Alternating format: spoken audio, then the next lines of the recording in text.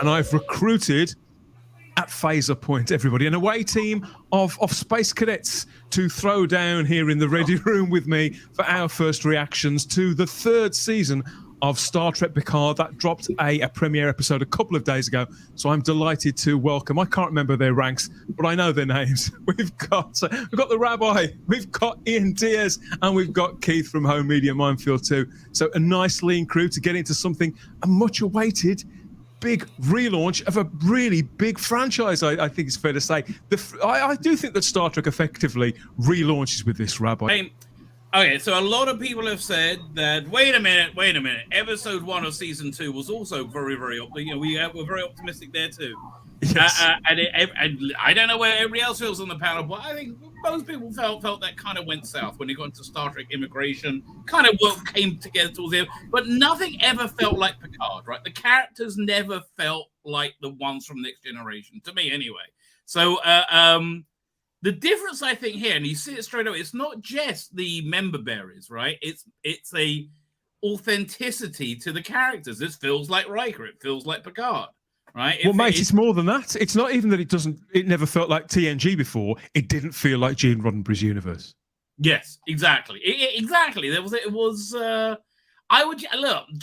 the first 2 seasons of Picard were really a bastardization of the Star Trek universe. It just horrible, really. And I think the second season annoyed me slightly more, even though it was better than the first season, because it made me somewhat optimistic. But everything good from the second season, which was Q and which was Guinan, and basic touch points to Next Generation, which you didn't have in the first one at all.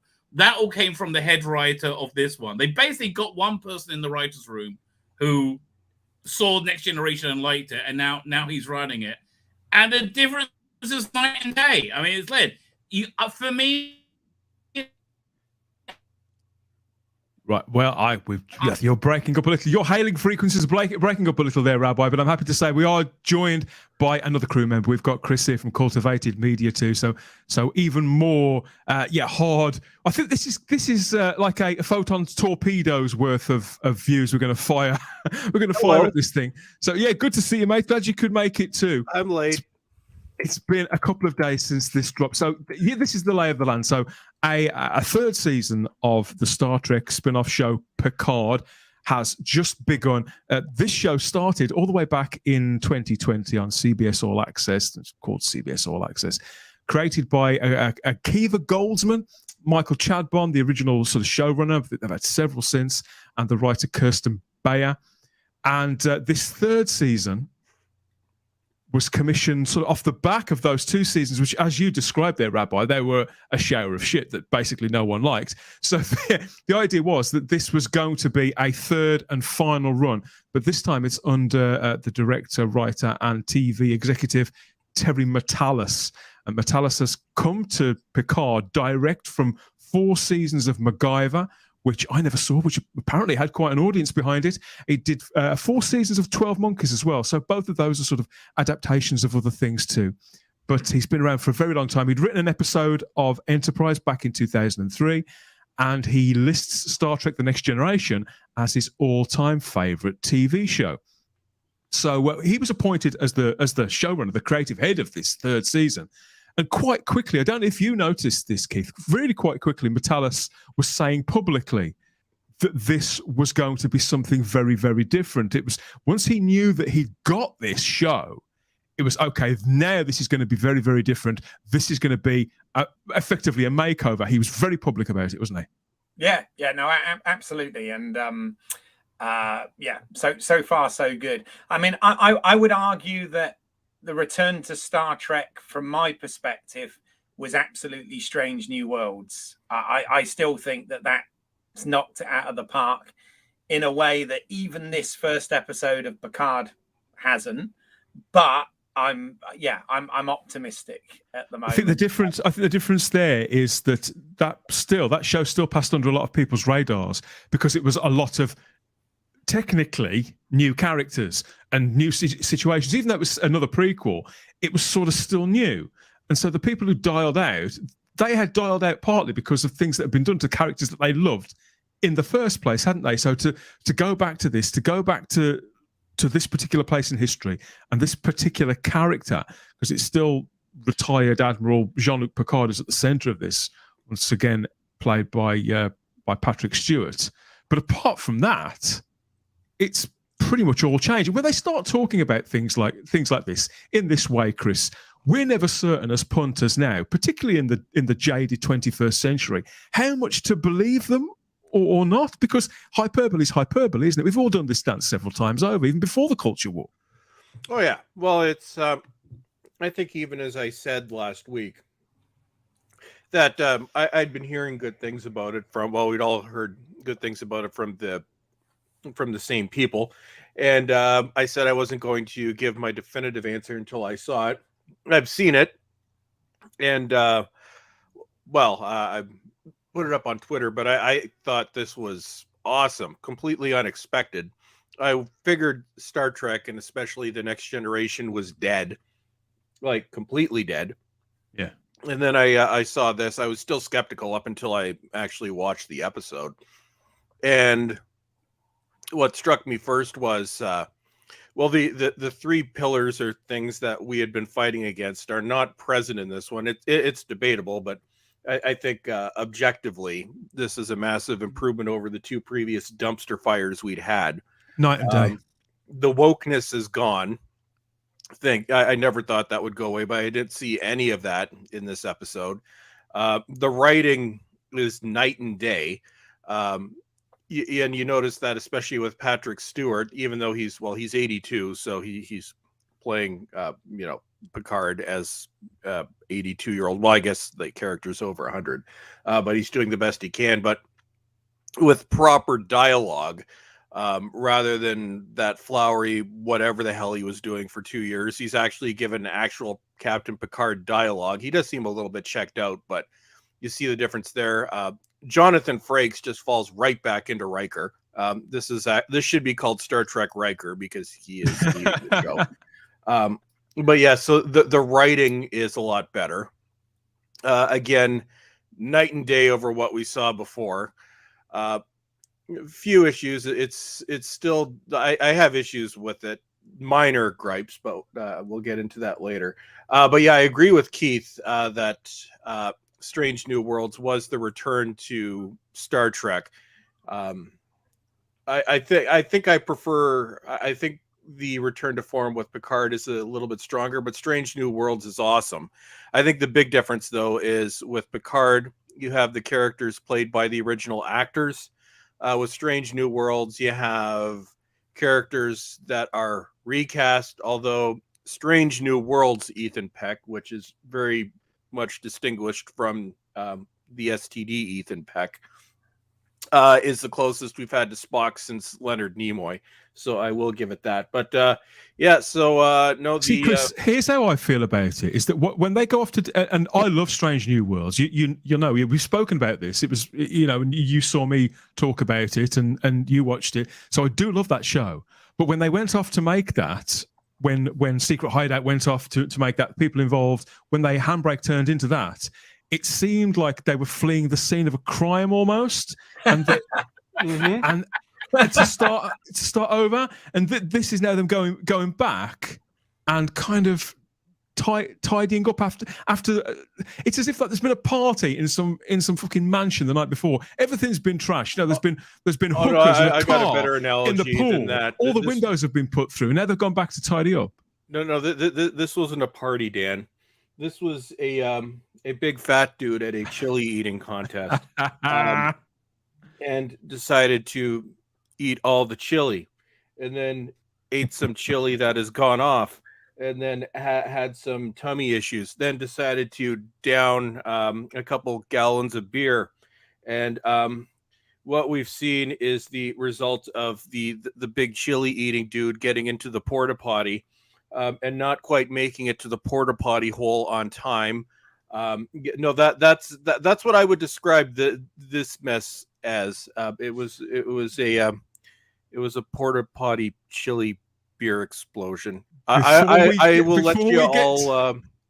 Before we get any deeper into it, I want to say that thank you to everybody who's watching this over on YouTube. We are streaming this live. We sort of pulled it together and grabbed who we could and come to you with these thoughts, because I couldn't bear not to talk about it, really.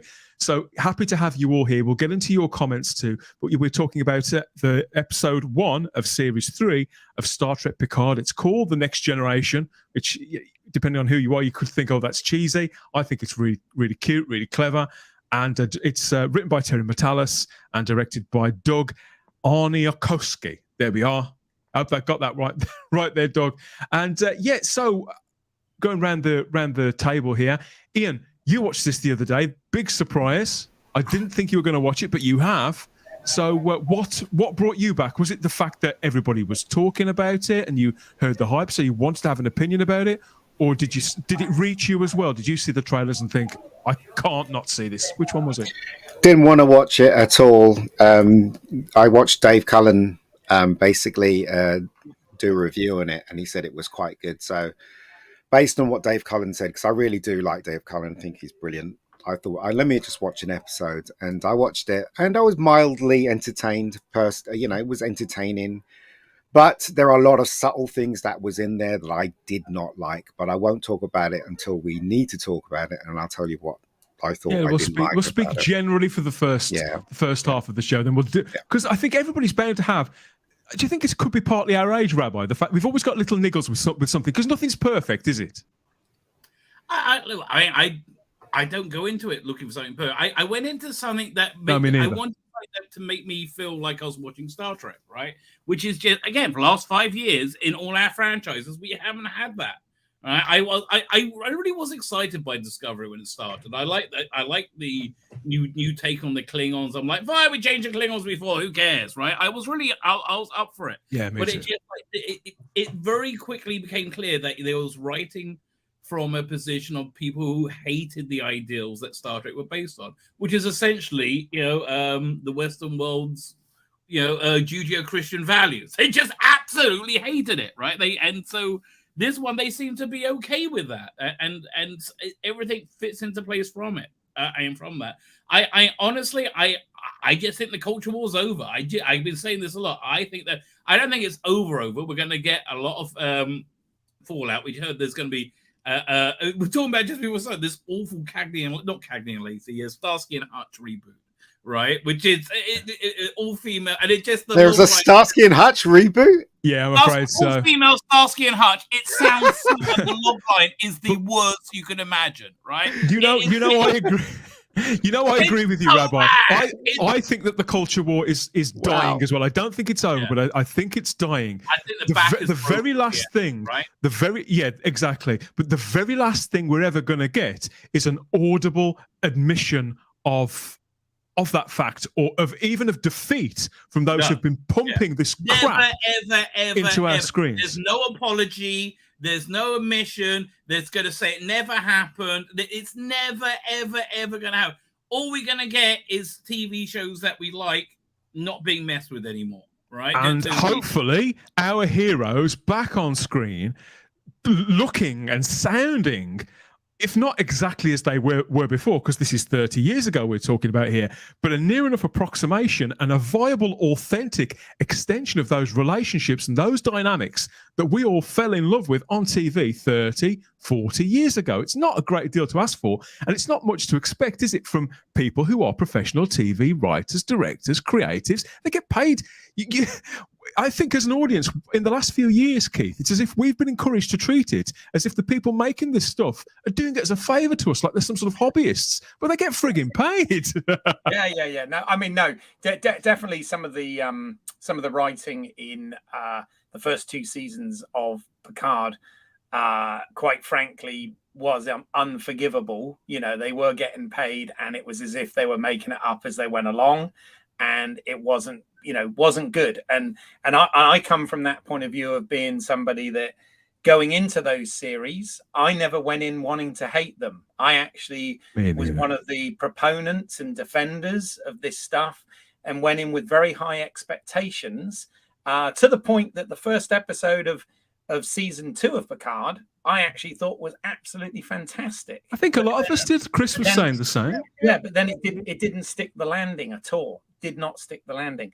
And the problem is both Strange New Worlds and Picard season 3 here, the sad part of it is that they are unfortunately somewhat hampered by what has come before, because, you know, it's all canon, whether your head canon wants to admit it or not. It's all canon. So unfortunately, they're having to deal with things that were set up in those other 2 seasons or those other shows that is unfortunate. But you know what? They're trying. I believe they have listened to the fans and they've listened to the backlash. And Terry Matalas does sound like he is somebody that is indeed passionate about Star Trek and what Star Trek was and what Star Trek this is the thing. You talk about what Star Trek was to me, and you know I'm a massive, you know, my show, my main fandom is one of the other big three, but I would say of the original big three, that of those 3 brands, despite the fact there's been hundreds of episodes of Star Trek had this prestige about it, which I'm not saying there've never been bad episodes of Star Trek before or bad seasons, but conceptually, it had held its core principles so tight, it had preserved them with such care. And so to see it go so wildly off base, it was just unbelievable. It was unbelievable to watch it, to watch it happen, because, you know, the creative instincts, it's never been a creative play thing. There was always the core principles of Roddenberry, of the way that he viewed our future, that seemed to be respected by the people who'd been passed the baton. But this, I don't know what they did with the baton. I don't think they didn't bother looking for it. But threw it over the shoulder, right? The baton over the shoulder, right? I think. With this, to pick up the story the way they do, they pick it up, don't they? With Admiral Jean-Luc Picard. He's still retired. He's still visibly, obviously, he's decades older. He's still got the same housekeeper. He's still living in the same gaff, and he's at the point in his life where we're picking him up, however long, a year or so maybe, after the events at the end of Series 2. But I believe that if you show this to somebody, never mind who'd never seen Season 2, I think you could show this to somebody who'd never seen any of Picard, who last saw the characters in the movies or even on telly, and they would be able to pick this up really easily, Rabbi. Absolutely. I mean, I want to ask you. You say it's canon. I disagree with you, right? I disagree. Like in Doctor Who in '96, right? They had a line, "I'm half human on my mother's side," right? It was on the screen. We heard it. It's post-regenerative psychosis. Okay, yeah, it's like we said. For something to be canon, it needs to be put on in an official way, and it needs to be accepted by the fan base. It wasn't, right? For me, unless they like mention Picard being a robot, I'm like, no, leave me alone with that stupidity, right? And if you're gonna have robots, can you at least have that hot robot from the first one? I mean, whatever. A hot robot. I think they're just not going to mention that probably. They will mention it. They will mention it. Also, the fact that this is not the timeline. This is not the original timeline. That's what makes me happy. I do not like this iteration of Star Trek at all. Right. It remains to be seen whether I will enjoy the episodes coming up, whether I will watch it or not. That's another matter. But we have to realize the fact that this is not the timeline that the original timeline. This is a different timeline. What do you call it, Keith? What timeline is this called again? I can't remember. No, the Kelvin timeline. Well, actually, but I don't view this as the Kelvin timeline at all. Something's changed timeline. Since. This is not the Kelvin timeline. I'll clarify. I could clarify simply. Yeah. The Kelvin timeline created because when CBS and Paramount or Viacom split in 2006, the rights for Star Trek were split. All the TV series were under CBS. The movies were under Paramount, but CBS held all the rights to the characters and everything else. That's why the Kelvin timeline was created. Paramount was allowed to make Star Trek 2009. But the 25% different rule was true, and it had to be a different timeline. As of Picard, the shooting of Picard season 2, that no longer applies because both entities have reunited. They were always under the same parent company regardless, but now the Paramount and CBS are under the same umbrella. the rights to Star Trek are held under the same entity. It's reunited for the first time in almost 20 years. So what created the Kelvin timeline, which was a technicality, no longer exists. So that's why I view this as being part of the main timeline, because they no longer have that 25% loophole to get around. I see. So the thing is, though, that makes it even worse for me, because I what they did to Picard is absolutely awful. Season 1 and well, I never saw season 2. Season 1 was enough for me. So yeah, I might not watch the rest of this then, if that's the case. So Ian, you might not watch the rest of something you enjoyed. No. There's a different level of enjoyment. I thought it was the rumors are, from what I've heard, is they retcon it. They actually do retcon it officially in canon, and they rewrite what happened. So there is, and this has been said by everybody who's seen all 10 episodes. Right. That is retconned, and well, I hope so. Oh no, it is, because they know it was Star Trek's timeless children, and Natalis knows that was at the top of his list. The biggest mistake the previous regime did. So Ian, that because they didn't really explain it that well what was going on, because the writing was terrible. So from what I've heard from very trusted sources is don't give up, because that is going to be retconned. I think it's going to be reframed as just a fancy 25th century surgery, like, I don't know, Picard's heart replacement, because he did have a bionic heart. So I think it's going to be replaced as something like that. But that's fine. I think those are the kind of bridges we have to cross when we get to them. Yeah. No, the other thing, when people say that Discovery is in the Kelvin timeline, right? That there's a simple fact as to why it's not. And that's because if it look, okay, with respect, can we not talk too much about other shows and Discovery and all? We've got a finite amount of time to talk about this. I'd much rather talk about this episode, not previous seasons of Picard, not Discovery, with the greatest of respect. Let's talk about what we actually got on screen in this hour. So the action, it starts with what happens. It's I've got the blurb here. I've got the proper blurb. Where's that? Yes, because it picks up the story with the character as we remember from the end of that last run. But we see things. Where is it? Yes, here we are. So Admiral Jean-Luc Picard receives a desperate call for help from the long absent Dr. Beverly Crusher, still played by Gates McFadden, leading him to reunite with his former first officer Will Riker, and now Starfleet Officer 7 of 9, to lead a rescue mission aboard the USS Titan.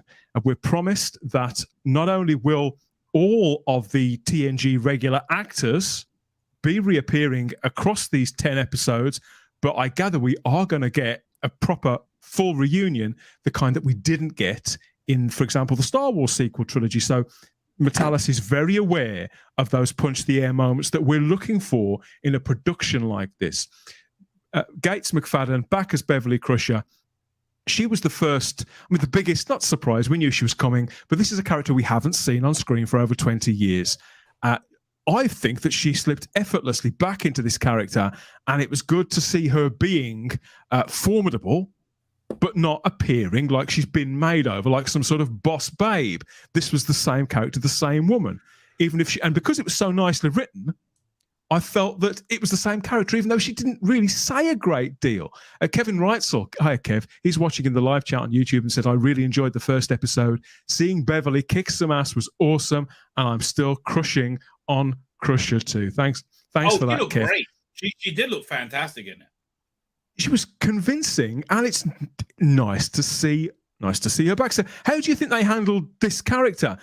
The idea that she hasn't spoken to Picard, or it seems like any of the others, certainly not Riker, and all the Forge hasn't spoken to them for over 20 years. This is the kind of intrigue that it may not be anything new. They're not reinventing the wheel with this, in fact, with any of it, but it's quite lean. We can all get on board with this. We can all invest in it because these are characters that we love, and we want to know, Keith, don't we? How would this state of being come to have happened? And it's those things that pull us in, isn't it?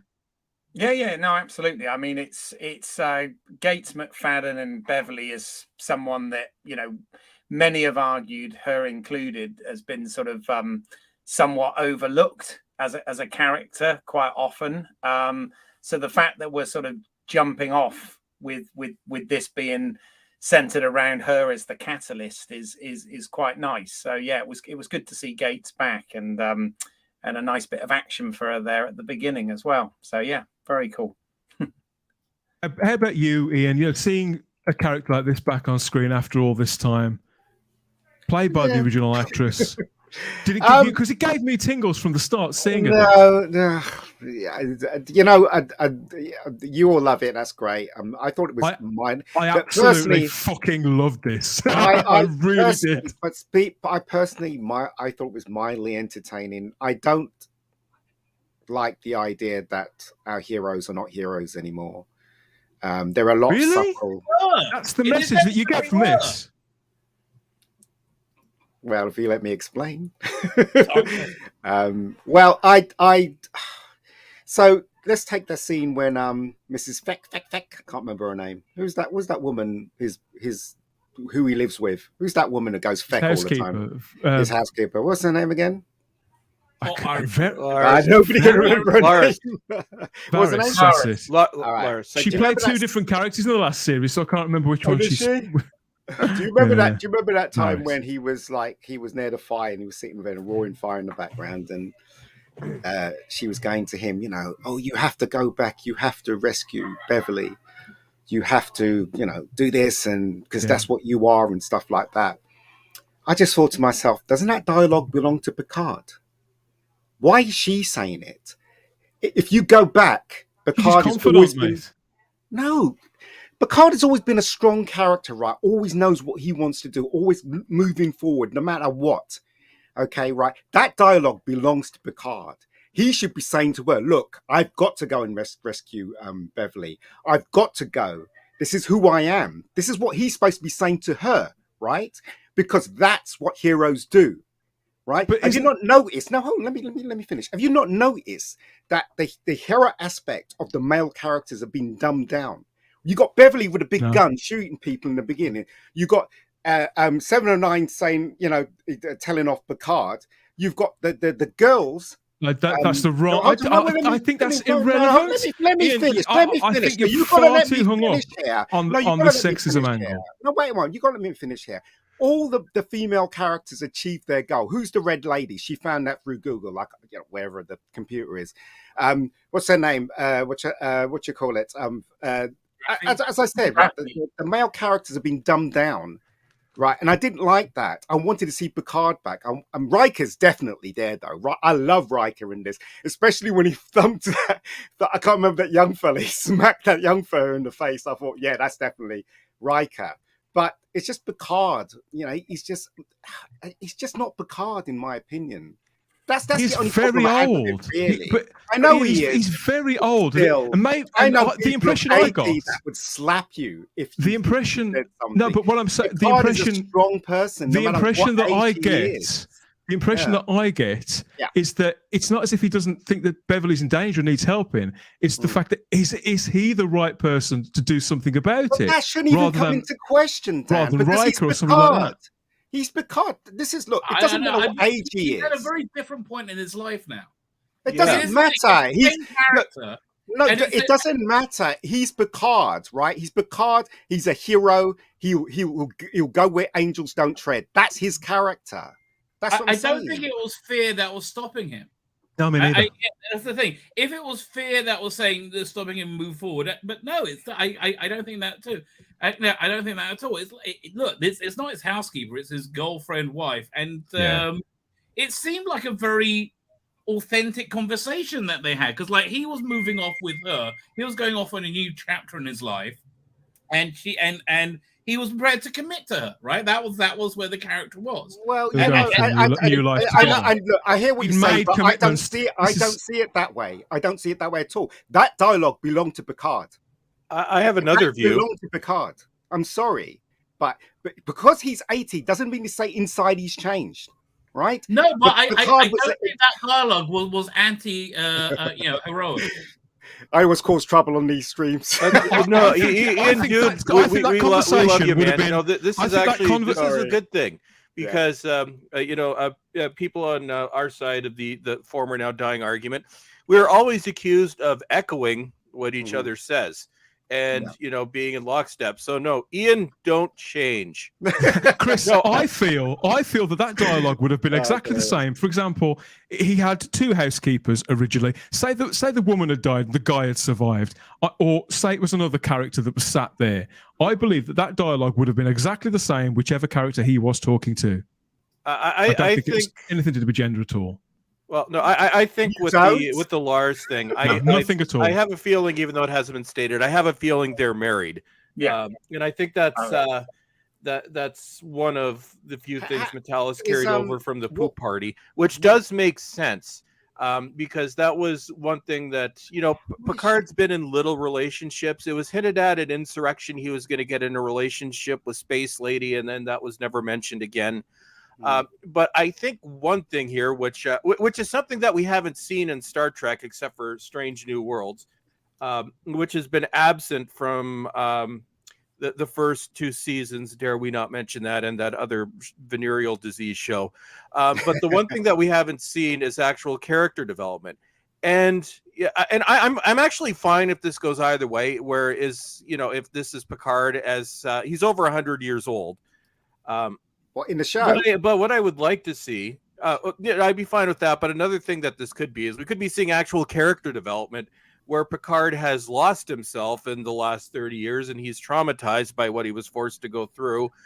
Just those 2 seasons by themselves, not the events, just those 2 seasons. So he's trying to find himself again. So this could actually be he was going at this point in his life where he felt he was going to be of more use, and I think it's the same. You're It's making up exactly all the these same in this situation. excuses for a character that should No, that's be the texture. Picard. That's the texture It's to the not character. excuse. mean, That's what that's- happened in the show. No, Right, look, that- I haven't seen not. season I 2. don't think I you're haven't acting seen. against I don't think you need to. No, I wouldn't know. I wouldn't know what's going on. It's like at the end, when she's talking to the computer, Raffi, was that a computer or was that someone she was speaking to? Maybe That's got some... something that's Hello, how Matt. it's got to be revealed, right? I That's see. a Okay. mystery. Okay. They're texting All right. somehow. By the way, did you Also- notice Captain Garrett was the Red Lady? Yes. Yeah. Also, Nice, also lovely just touch. a little thing towards the ending. When all Yeah. that stuff was blowing up at the ending, or shall I Yeah. not go there, Dan? It's up to you. Well, I didn't really want to get to the ending straight away, but we always do. So what the hell. Okay, well, no. Well, it's just an edit. A problem in. I don't know if you noticed it. You probably noticed it, Keith. So, when the thing blew up and then a big circle came out and all the stuff started falling, right? Right. The cut between the stuff falling and Raffi reacting to it was completely off.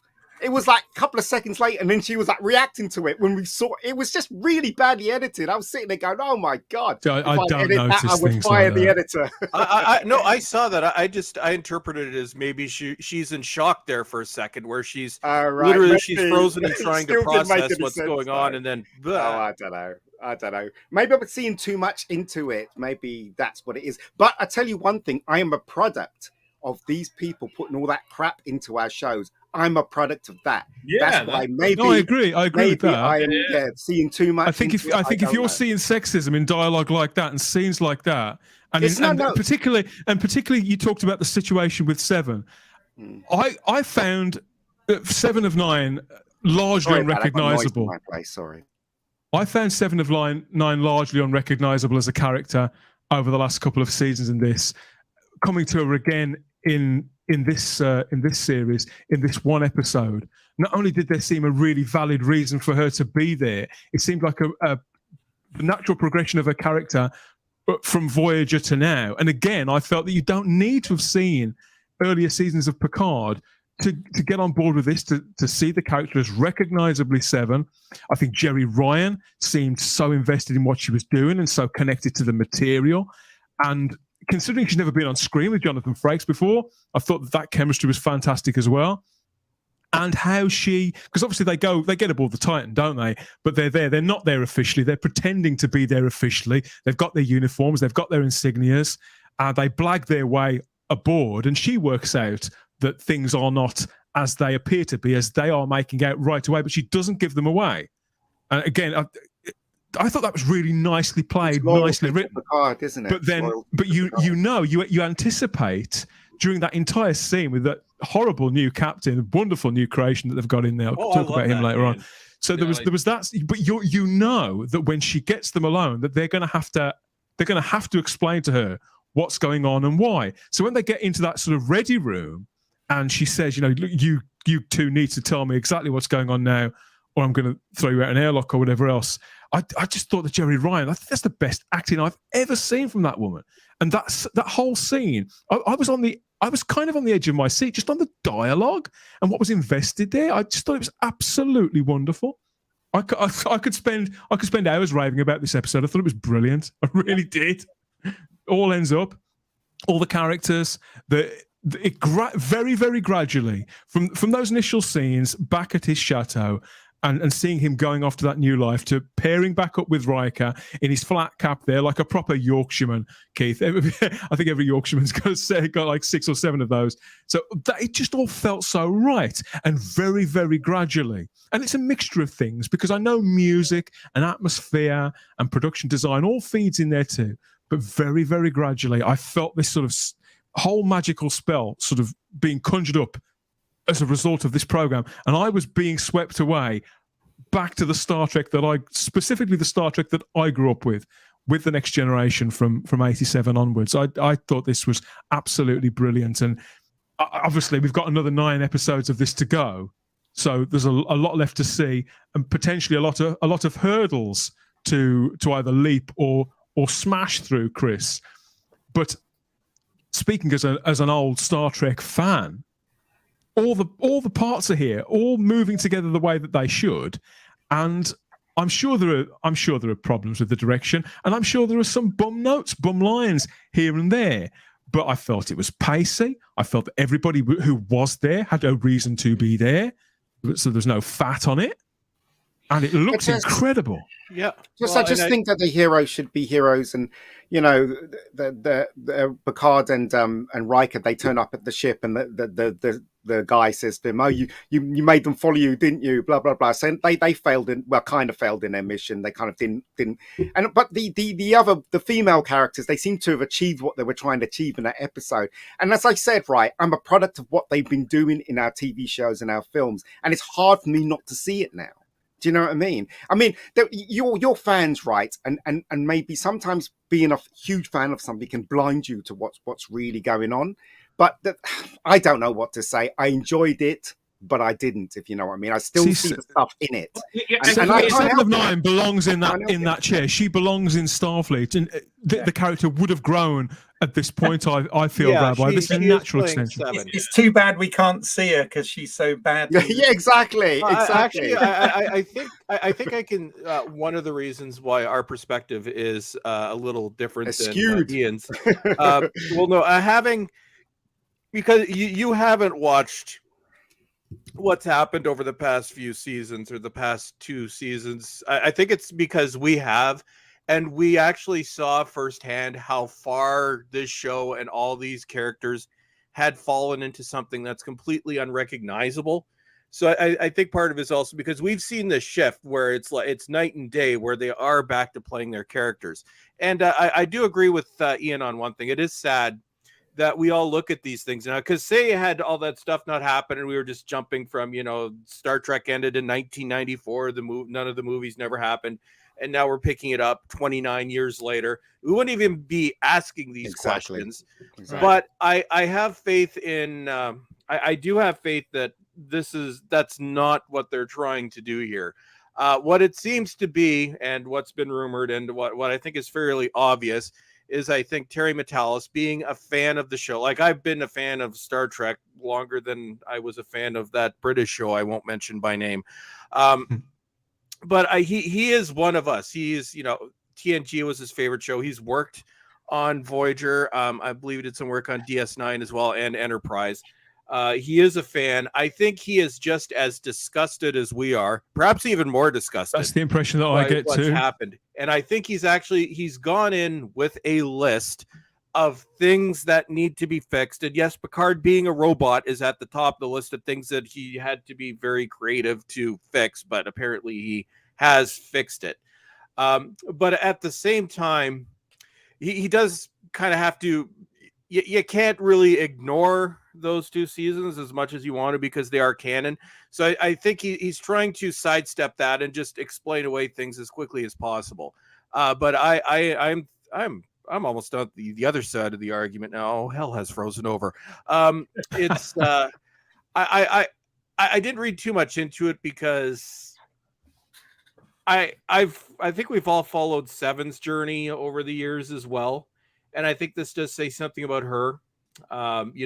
She's her character always was slightly defiant from the beginning. We've seen her change, but this is also that defiance that she showed all the way through Voyager, but also the loyalty she has to her friends, and the argument that her and Picard don't know each other. Well, this is decades later. They very well could have become friends over the years. So I just sidestepped that argument. I get the impression that Picard has become a dear friend to her over the years, and this is that's part very of clear, Seven's isn't it? arc where she will sacrifice her career for people that are important to her. How old But this is how we've got a comment here in the live chat. How old is Picard in the show? He's don't over know. 100. All we know is that he's over 100. See, okay. this is where I feel, and this is no slight on you, Em, but this is they're on a complete hide into nothing. If this is the kind of criticism, Picard gets Troy's chair, Seven gets the captain's chair. Seven is a serving Starfleet officer aboard this ship. She's the first officer. So yeah, Picard is a retired admiral. I don't know what people expect. I think that's a really facile comment. Dan, you can't downplay how much we've been smacked around. Over Culture war has been a nightmare. It's been absolutely. I agree. Look, I don't agree with. Okay, here's what I think is going on. But criticisms like that are ridiculous. I'm sorry, Em, but they are. That's a ridiculous thing to say. What? The heart is the captain of the ship, right? The heart is the thing. The emotions are what drive us, right? Our emotions drive our thoughts, drive our intellect, right? And you will see what you want to see. Right, if you have been beaten up, like we all have, and you are traumatized, right? I think the trauma we have seen of having our childhood ripped apart in front of us. I do understand, but to seek 60 minutes of quality entertainment as we did. As I certainly feel we did the other day, and to come and talk about it and be fixated on where people are fucking sitting seems absolutely mental. But Dan, he's entitled to his opinions. He's entitled to his opinion. And I'm giving my opinion on. This is all in all sincerity. To me, it's ridiculous that we're talking about where people are sitting, where they're standing. But Dan, it's madness. But Dan, it's not our fault. We've been programmed, and we've seen what they've done.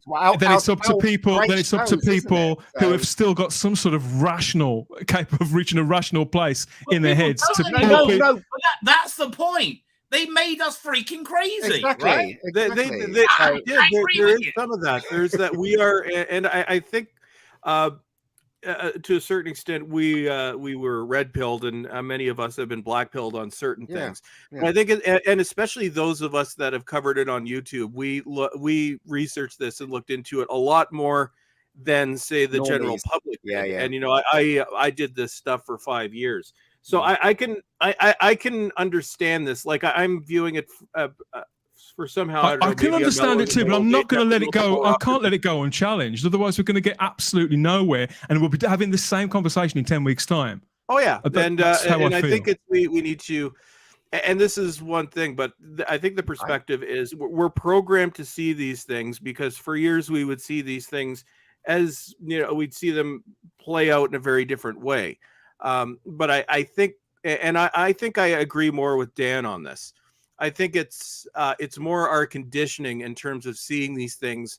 Where I'm with Dan, where I don't think that's the case in this one. I think if we viewed this as the last 5 years never having happened, we wouldn't be questioning that. And so I could see the point of view. And I can see, concerns with the symbolism because we've seen it over and over again. But my perspective is I'm with Dan on this, where I think it's, I don't think there's a whole lot to read into this. I think it's just she's the first officer. of the ship, which Yeah, I think is that's great. fine. There's With this the whole chairs, thing on with the face chairs, value. definitely. Yeah, Yeah, yeah, I exactly. totally agree with you with the chairs, but for me, right, the question is, did they deliberately do what they did in the beginning with that Feck lady and Picard? No, they're Was married. that dialogue meant to be for Picard? That was my thing.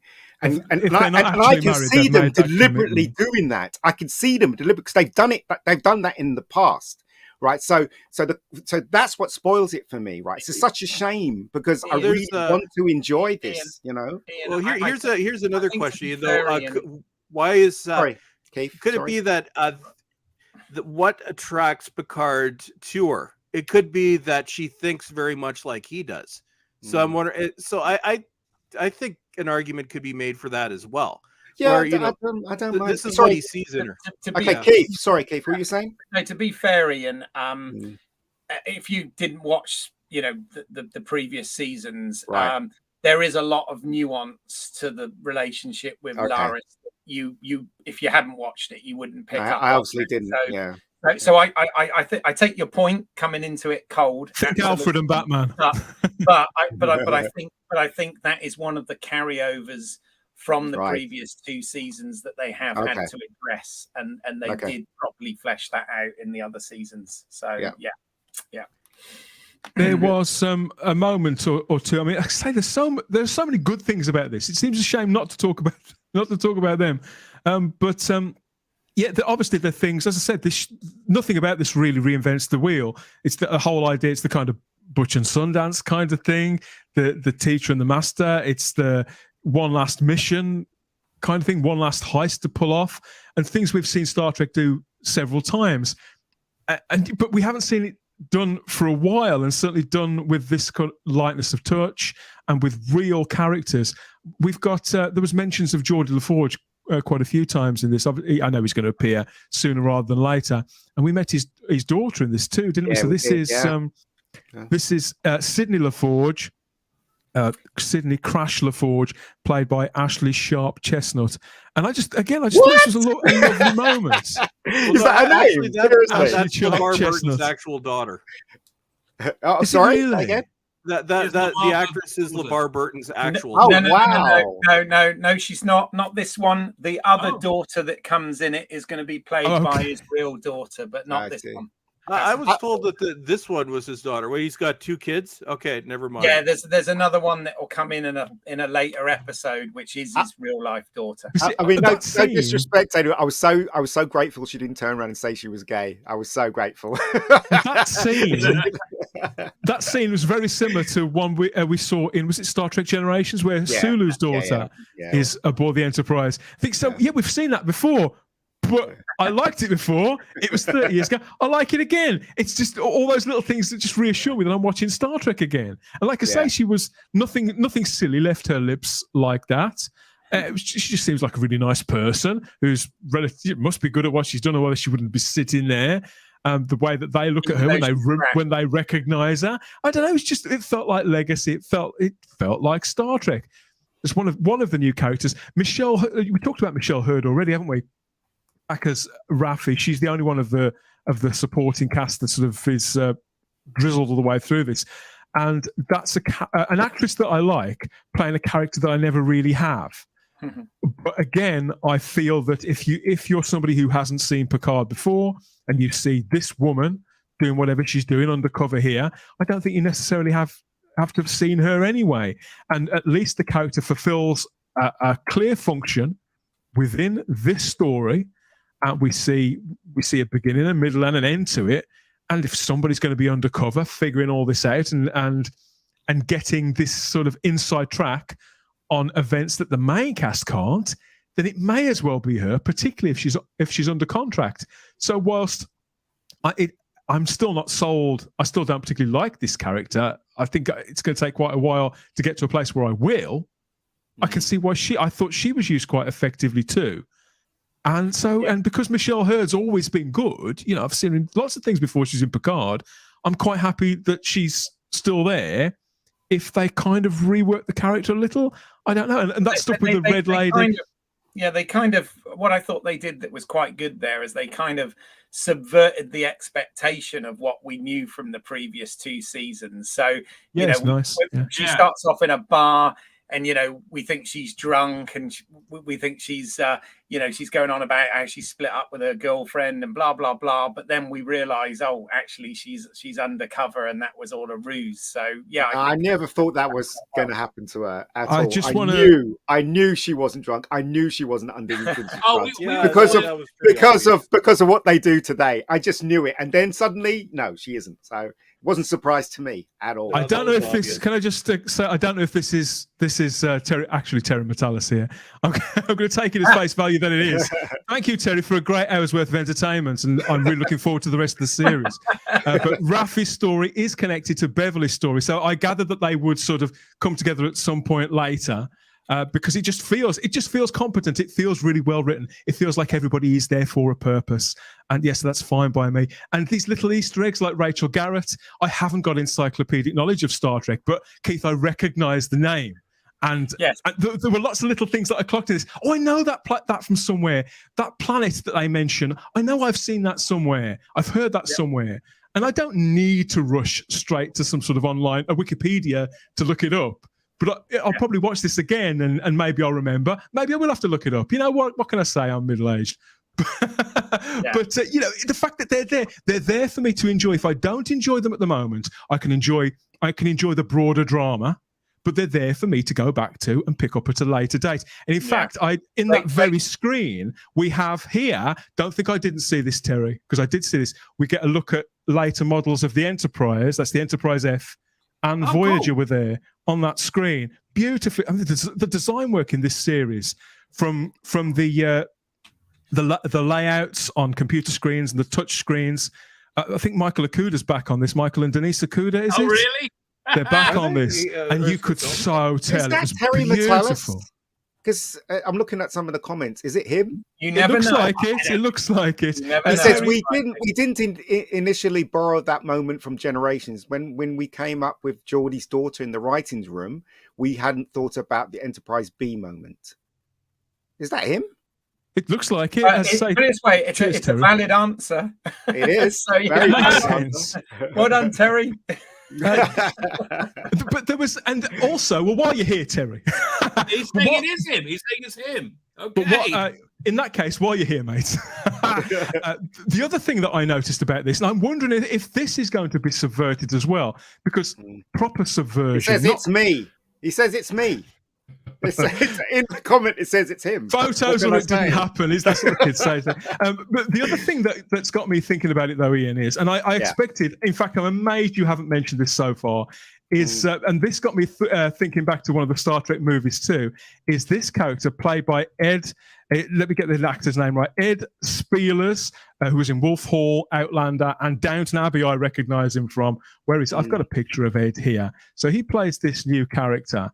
And we see him, don't we? They go and rescue. They go to Beverly's ship there, and within minutes, Riker is at gunpoint by this guy, and you wonder, oh, who is it there? Who is he going to be? Did he get there after Beverly was put into cryo sleep? Did he put her there? Or was any one of a number of things? But then he reveals, doesn't he, that he's Beverly's son. And so you think, oh, hang on here. Terry and his writer's room, they're David and Carol Marcus again from Wrath of Khan. But maybe, Terry, that's what you want us to think, is that, and maybe that's not going to be how that's going to play out either, but they're chiming in with previous Trek to take us to one place and then take us somewhere else. What do you think, Rob? My guess is it's a clone of her original husband, who she's raised somehow. Either that or obviously Picard's son. Picard's son. I have to run. I have a live stream starting in half an hour, so I have to run. Just before I go, if you are Terry Metalis, thank you so much. We're glad to see you here. I love Space Dock. Okay, Space Dock was freaking gorgeous. I cannot leave without saying how wonderful Space Dock was, including the going at 1/4 impulse power out of Space Dock doors, which if you ever read the novelization, was a mistake that Savick made in Star Trek 2, and it's been picked up as some kind of Starfleet tradition since then. They did it in Star Trek 6 as well.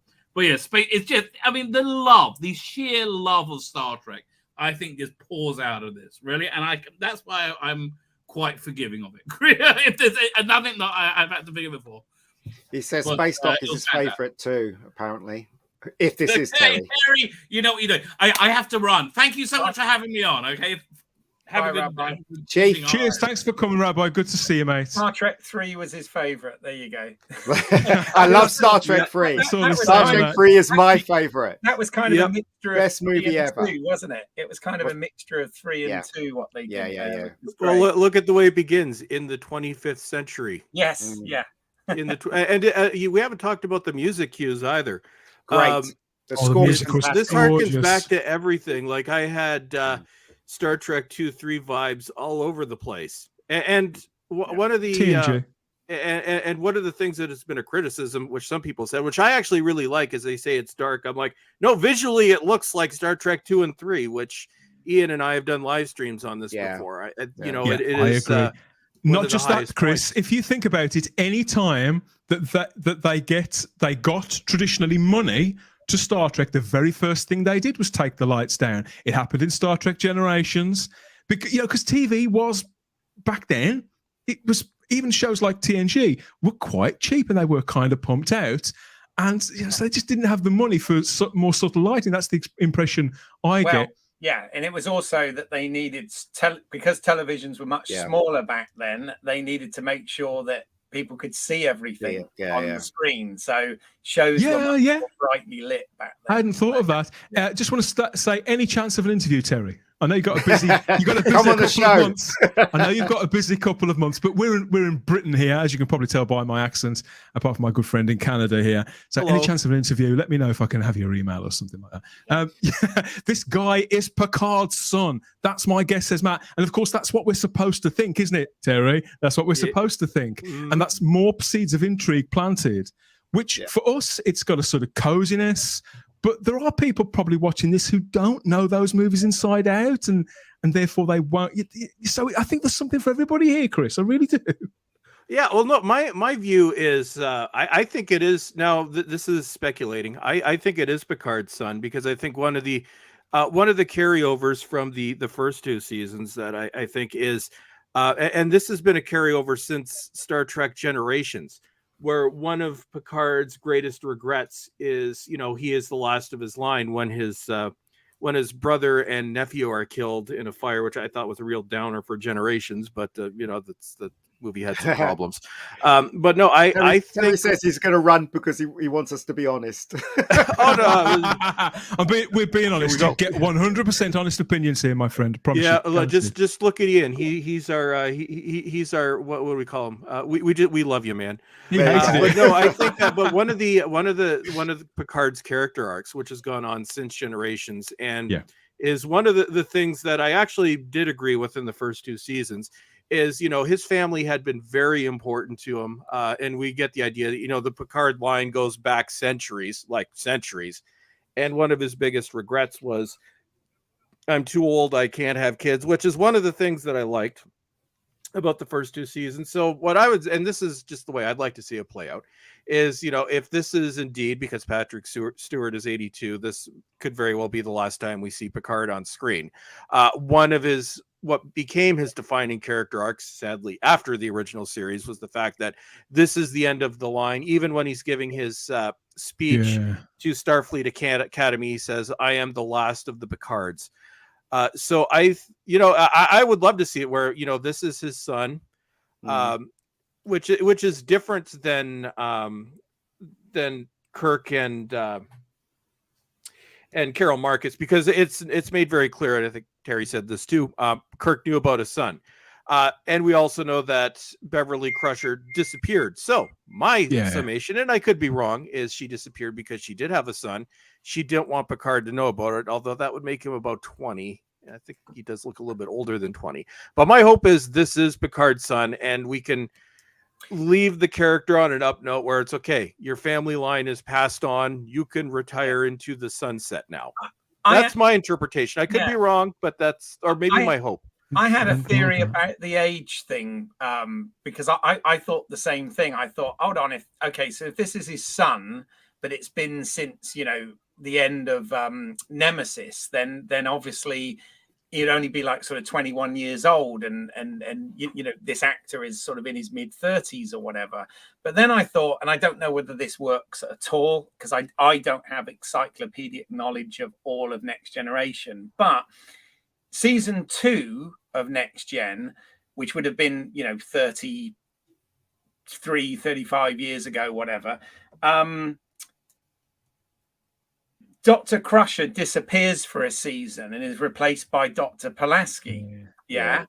And I just wondered, did she? We never really know why she went away. I don't know whether it was particularly explained. I think she went to run Starfleet medical or something.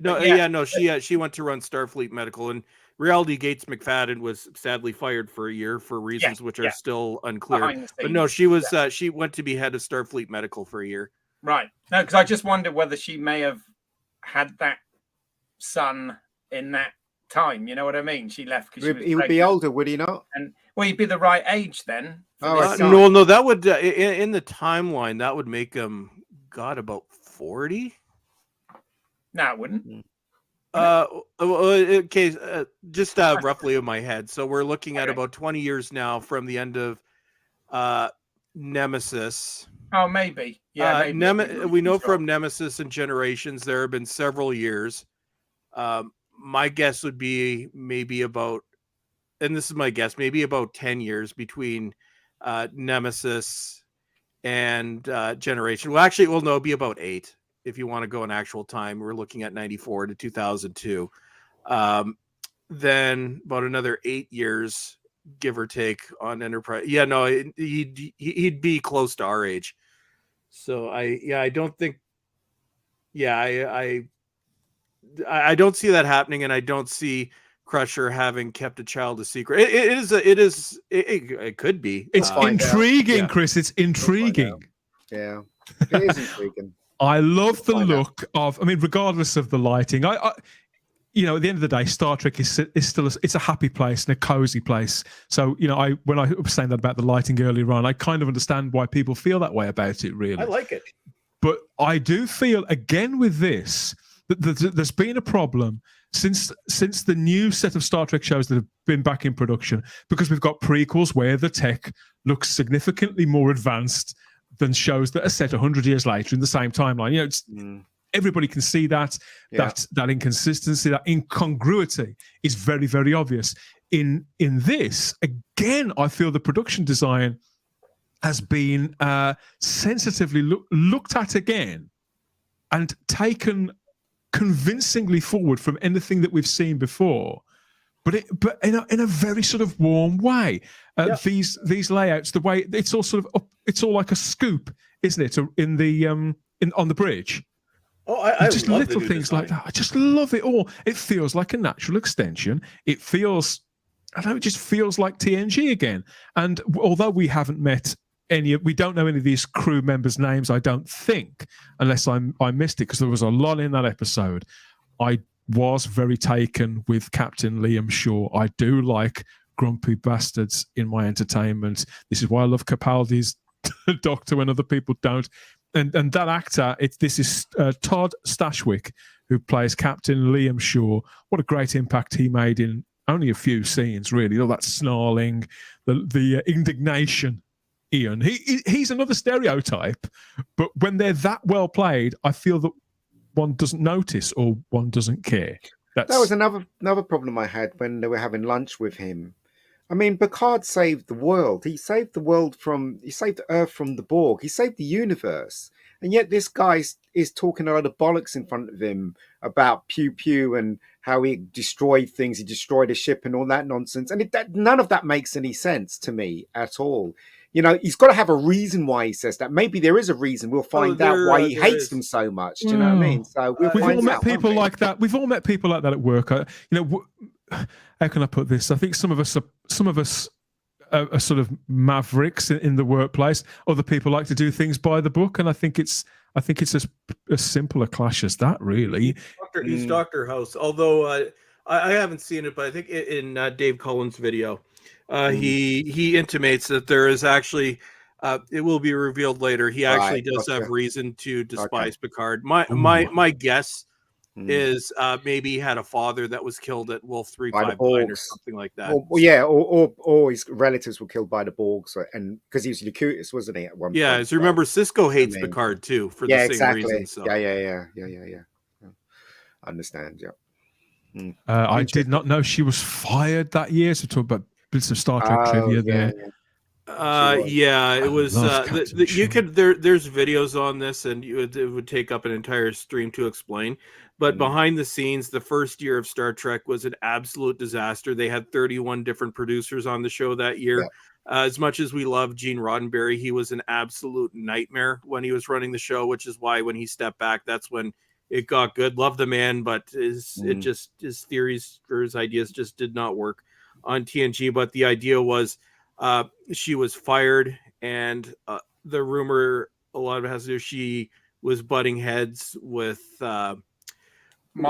producers on the show over the way her character is created. That's the same reason that Denise Crosby quit the show that year. But I think Gates McFadden was fighting with them, trying to get them to fix her character, and then she was just fired. Yeah. Okay. The first season though wasn't so good, was it? It's awful. It's terrible. We've been talking about the premiere episode of Star Trek Picard, Season 3, The Next Generation, written by Terry Matalas. Thanks for joining us, Terry. And everybody in the live chat on YouTube there who's been chipping in with comments. There's 9 episodes left of this to come. They are coming one every week, aren't they? Yeah. One thing I think we do need to say, Dan, which is different, if that was Terry, this is something new because one of the things that I'm noticing is people that actually care about the franchises, they actually engage with the fans. Yeah. So it might be a trap, though. It could be. I'm saying it could be. It could not be. The thing that occurred to me was that, Klutzman basically tried to destroy Star Trek, and he almost did destroy Star Trek. Then he realized that nobody was watching it. Then I don't know if he's in charge, whatever. This new guy that's in charge, he seems trying to put things right, whatever. But if he does put things right, and it is a huge success, that means Klutzman gets all the credit, doesn't he? Because he's one of the exec producers on it, isn't it? We're bolstering up Klutzman, aren't we? This will work against I liking it.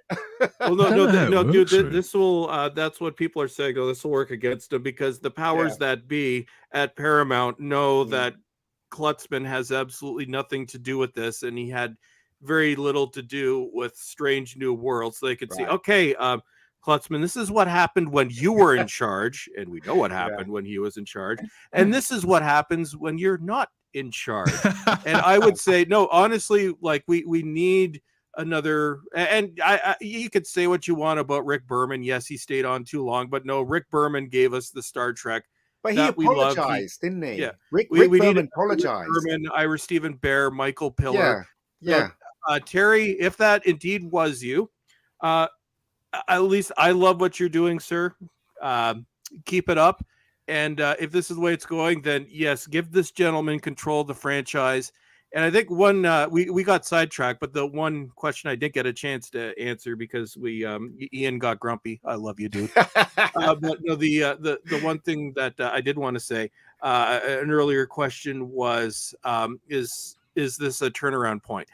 Well, for years I had been saying that Star Trek, the franchise, out of the big 3, Star Trek, Doctor Who, and Star Wars, I figured it was the least damaged out of the 3 because the other 2 were very public. The whole world knew what was going on with them.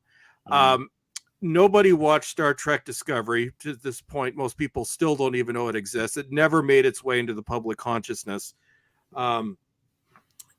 Picard, yes, but we're seeing that fixed. But I think it's irony out of the big franchise. Well, Ghostbusters was the first to go down, but it wasn't one of the big 3. The order that the big 3 franchises went down, Star Trek was the first. Star Trek went down in September 2007 or 2017. Star Wars went down in December 2017, and that British show I no longer mention by name went down in September 2018. So this was the first of the big 3 to fall. So if this is the first to actually come back, even though I honestly the Star Wars, I don't care anymore. The British show, probably I probably won't be there for it, but I think this is, and I think you're right, Dan. I think the culture war is dying out. We've come to the end.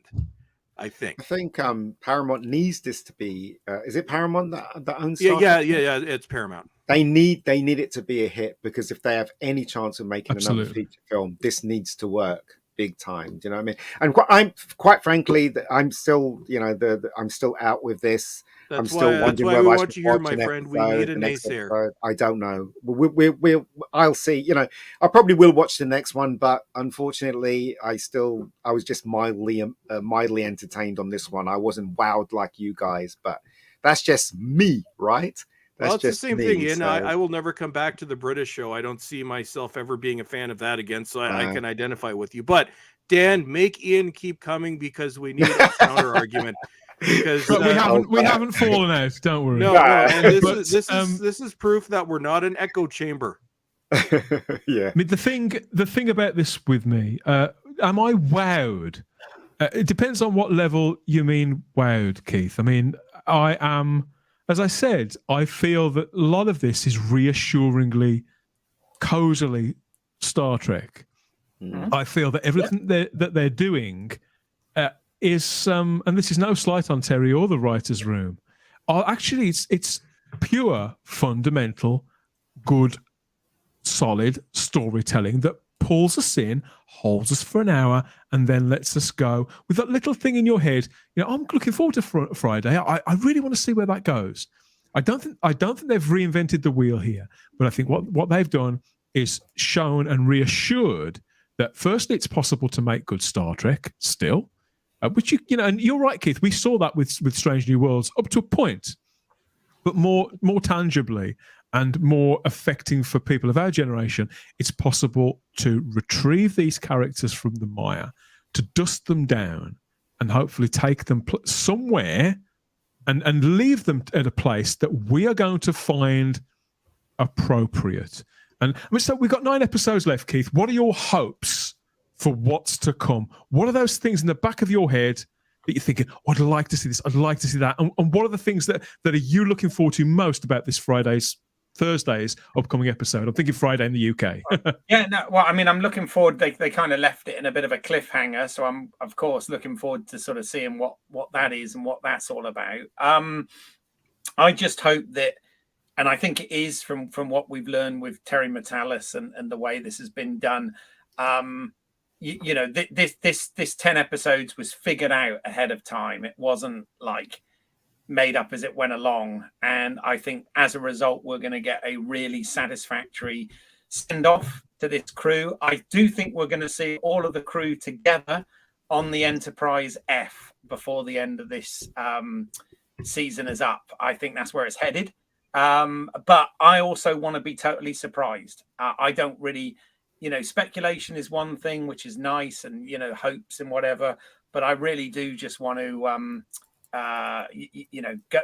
take each week as it comes and enjoy the ride, which they've got off to a good start. Let's just put it that way. So I feel from what you've just said, I feel this was paced really well, and I feel that the reason probably is just you've said, Keith, they will have sat down. I feel that they've sat down and worked out which of these 10 components to this story is going to tell which part, and it's all going to work together. Like you said, they're not doing it on the fly. This isn't just been like I don't like to rag on CW, because I understand there are different pressures to that, but it doesn't feel like a sausage factory. And we've said that, what was it? Some other studio, it was James Gunn talking about DC. He was talking about the DC shows that are coming. And he says that before the cameras begin to roll on those, they're going to make sure that all 8 episodes of Booster Gold, for example, that's all going to be, those scripts are going to be absolutely locked down. So they know the shape of the whole thing. And obviously I don't know this. We've only seen the first. But I do feel that the story was told so confidently that that's what they've done here. That's only my instinct. Obviously, yes, I could be wrong.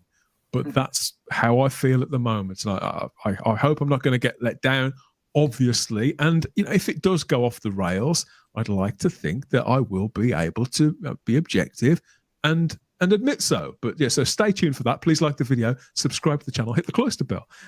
Chris, how about you? I mean, you're pretty upbeat about all this too. What are your sort of short-term hopes? Well, first I'll say hell has frozen over. I'm actually positive about something. So all you naysayers, boo to you. I think I am hopeful. I watch very, very little modern TV because I find most of it unwatchable, and I refuse to watch new things on Netflix now because they just cancel everything. Well, this is the first time in years I've actually been genuinely excited to see the next. I don't think I've really been this excited to see a new Star Trek episode since probably the end of Deep Space Nine, when they had that gigantic 10-part space opera near the end. Yeah. Maybe Enterprise, season 3 of Enterprise. We'll give it that. Well, it's been about 2 decades. Let's just put it that way. It's something intangible too. And I didn't expect this. I wasn't gonna watch this when I saw the trailers. I'm like, oh my god, they're gonna do it to the entire cast now. And I was checked out. I wasn't gonna watch it until Dave Cullen put out his video, where somebody who is, I find, very objective. And then I watched it. It's strange to actually be excited about something, but to me, this is the first thing since the end of Enterprise that actually feels like Star Trek. And Metalis has gone down to the soundtrack. The soundtrack is Star Trek. The humor is back. I'm like, I laughed out loud several times during this episode, and usually had to do with Riker, who was just Jonathan Frakes. I don't think we praised him enough, but my God, he just fell right back into that role for somebody who hasn't really acted at all in 20 years. So I am being, I wouldn't even say cautiously optimistic at this point. I'm, based on what I've heard from people that have seen the whole thing, I'm now very optimistic. And I don't, even though I'm sure a lot of us could, I don't want to watch this in all 10 episodes at the same time in a binge. I want to watch this 1 week at a time, because it's been so many years since I've had something that I'm excited to see. And we get it on Thursday, which, oddly enough, when Star Trek The Next Generation was in syndication in my area, we got it Thursday nights. So I'm watching it the same night of the week, roughly at the same time that I watched The Next Generation. So it's like, I am hopeful. And I would say it feels nice to, at least right now, and not everybody is going to agree with me, but I think it feels nice to have possibly one of our franchises back.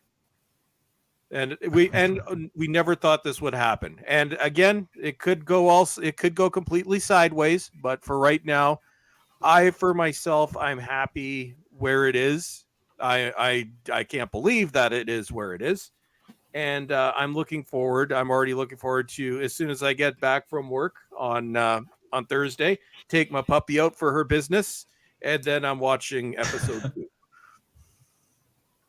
About you, Ian, how do you feel about it? Are you going to carry on watching? Because we'll probably carry on talking about it, even if it's just in. The jury's still out for me. Daniel, my friend, I'll probably watch it anyway to be on this stream. But you know what? I watched it properly. I watched it on my huge screen, big TV, because I've got Paramount Plus. And I've got my speakers and all that stuff, and I watched it. It did. There's bits in it that felt like a movie, which was quite good. But as I said, I'm being tainted by what they've done to our shows in the past. So maybe I was seeing things that wasn't there, or maybe they were there. Do you know what I mean? That's the question. So I think after this stream, I think everybody's convinced me to watch the second episode, which I probably will watch, and then we'll see how it goes from there. Can't ask any more, my friend. Exactly. Another 2 months worth of this. Yeah, I'm trying not to sit down and to imagine what I would want of it too much. I think I'll know when I get it. I remember that very final scene from Star Trek 6: The Undiscovered Country, Keith, where that wraps up, and then the signatures all come across the screen. Yeah. I'm not saying I want that, literally that, but I want that kind of feeling. Yeah, that it would be great if he went engaged, and that's how it ended. He was on the ship, and everybody was there, and he went engage for the last time. Second star to the right, awesome. Engage. awesome. Yes, so Yeah. Star Trek Or Picard. I think he should say, "Let's see what's out there." But I would- Exactly. And did anybody notice how cool it was at the end of the episode? Because they don't do those depressing opening credits anymore. At the end of the episode, you've got the Next was Generation depressing. font, and then it goes into the not just a recreation, but from I could tell the original theme from the Next Yeah. Generation or the Yeah, season Yeah. 3 through 7 theme. As I'm watching that, I'm like, for the first time since.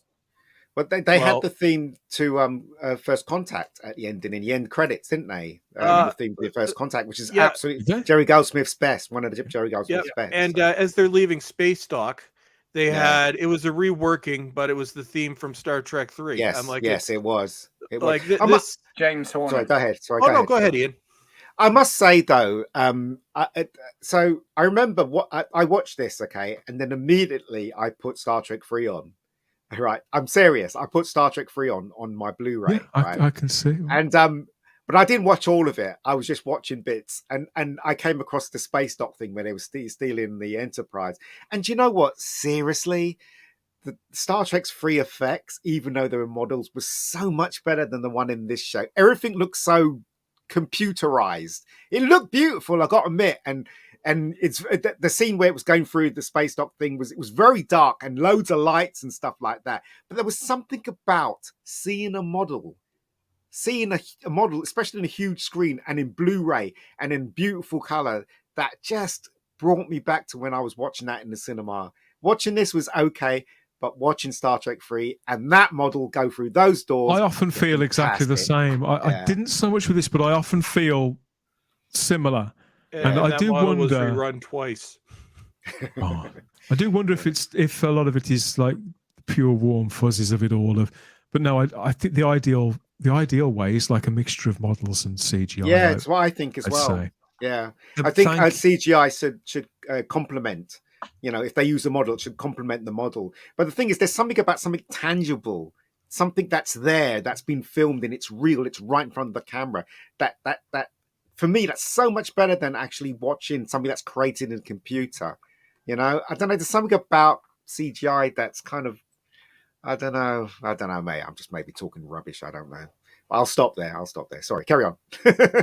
Carry on. I forgot what I was going to say. But this continues this Thursday. If you're in America and Canada, you get it on Crave, don't you, Chris?